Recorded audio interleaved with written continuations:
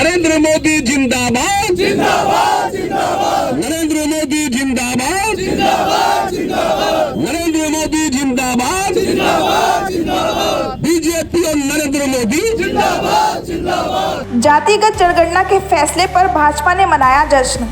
सरकार ने देश भर में जातिगत जनगणना कराए जाने को लेकर घोषणा की थी। अब भारतीय जनता पार्टी का अभियान के रूप में शुरू कर चुकी है। ओबीसी मोर्चा के प्रदेश अध्यक्ष नरेंद्र कश्यप ने कहा कि जातिगत जनगणना कराने के फैसले का स्वागत करते हुए ओबीसी मोर्चा और भारतीय जनता पार्टी ने प्रदेश भर में स्वागत समारोह, जनसभा, जश्न समारोह, रैली एवं जनसभाएं करने का प्लान बनाया है। 30 अप्रैल की राजनीतिक बैठक में, कैबिनेट की बैठक में देश के पिछड़ों के हक में, देश के दलितों के हक में, देश के आदिवासियों के हक में, वंचित शोषितों के हक में बहुत बड़ा फैसला लेते हुए जातीय जनगणना करने का ऐलान किया। मैं ओबीसी मोर्चा उत्तर प्रदेश की ओर से प्रधानमंत्री जी का जातीय जनगणना कराने के फैसले का बहुत बहुत स्वागत, बहुत बहुत अभिनंदन करता हूँ।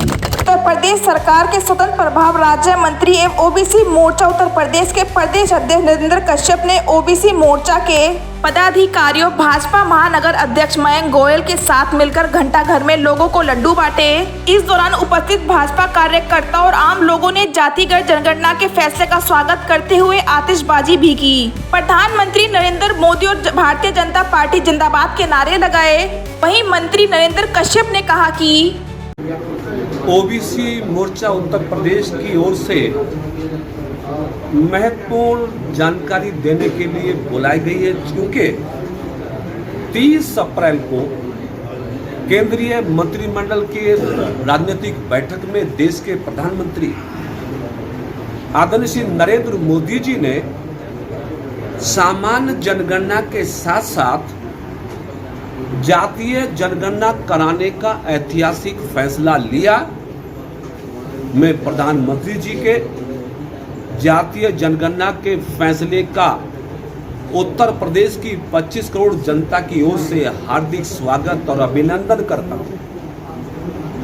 उत्तर प्रदेश की समूची जनता, बल्कि देश के पिछड़े, अति पिछड़े समाज के लोग प्रधानमंत्री जी का आभार व्यक्त करते हैं कि आपने देश के लोगों के लिए, देश को आगे बढ़ाने के लिए साहस दिखाया है जातीय जनगणना करने का। क्योंकि जातीय जनगणना के बाद देश के पिछड़े, अति पिछड़े समाज के लोगों की संख्या का अनुमान भी स्पष्ट होगा। संवैधानिक अधिकारों के साथ साथ शैक्षिक और आर्थिक क्षेत्र में आगे बढ़ने का मौका मिलेगा। ये काम 94 सालों के बाद देश में किसी प्रधानमंत्री ने किया तो नरेंद्र मोदी जी ने किया। ये अवसर कांग्रेस पार्टी के पास भी था। आज राहुल गांधी जी, आज अखिलेश डबाना में पहुंचा हिरन, उपचार के दौरान हुई मौत। जंगल से भटकता हुआ एक हिरन निवाड़ी थाना क्षेत्र के डबाना में पहुंच गया, जिसे देख लोगों में अफरा तफरी मच गई। प्रधानमंत्री ऐसे बने हैं देश में जो गांधी परिवार से संबंध रखते थे। उस समय कांग्रेस पार्टी ने होड़ की बात क्यों नहीं की? जातीय जनगणना कराने की बात क्यों नहीं की? जातीय जनगणना क्यों नहीं कराई? जब कांग्रेस पार्टी के हाथों में सत्ता थी तो जातीय जनगणना पे विचार नहीं किया। आज प्रधानमंत्री नरेंद्र मोदी जी ने फैसला लिया तो आज होड़ है श्रेय लेने की?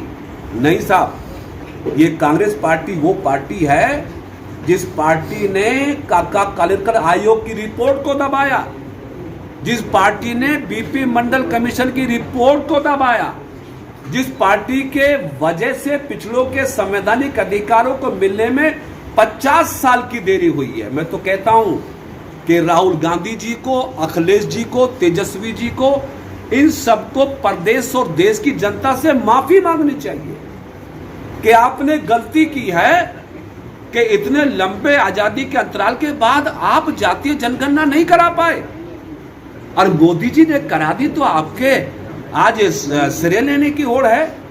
तो ओबीसी मोर्चे ने तय किया कि हम प्रदेश के सभी 98 जिलों में जाएंगे, सभी मंडलों में जाएंगे, क्षेत्रों में जाएंगे, जश्न सभाएं होंगी, मिठाइयां बटेंगी, रोड शो होंगे और हम पूरे उत्तर प्रदेश के पिछड़ों को, अति पिछड़ों को ये स्पष्ट करेंगे कि जातीय जनगणना कराने का फैसला प्रधानमंत्री नरेंद्र मोदी जी ने लेकर हमारे विकास सम्मान के लिए नए रास्ते खोले हैं और साथ ही साथ कांग्रेस और समाजवादी पार्टी की पोल भी खोलेंगे कि लंबे समय ये सत्ता में रहे लेकिन इन्होंने कभी भी पिछड़ों के अधिकारों की चिंता नहीं की।